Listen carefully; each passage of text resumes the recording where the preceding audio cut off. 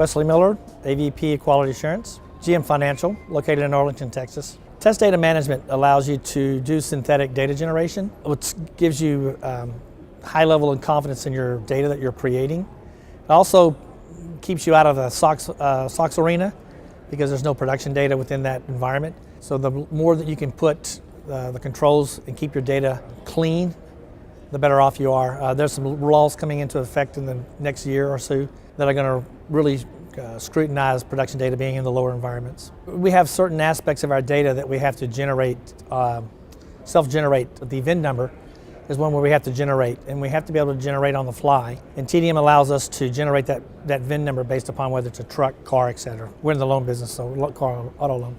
TDM has been around, like I said, for a couple of years. I used it at my previous company as well, and it's been really, really stable. It's a tool that probably doesn't get utilized fully. And we tend on taking that, partnering with the SV solution and being able to generate the data for the service virtualization aspect. Scalability, it's similar along the SV lines. It's relatively easy to scale. It's a matter of how you want to set up your data distribution.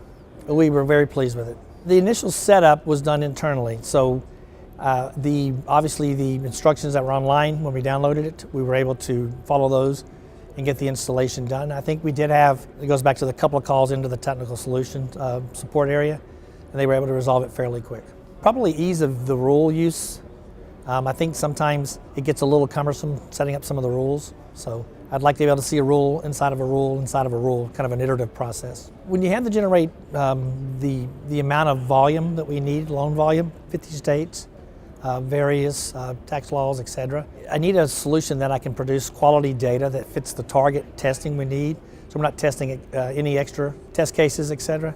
We're more concentrated on being very succinct in the delivery and the time frame that we need to get the testing done in.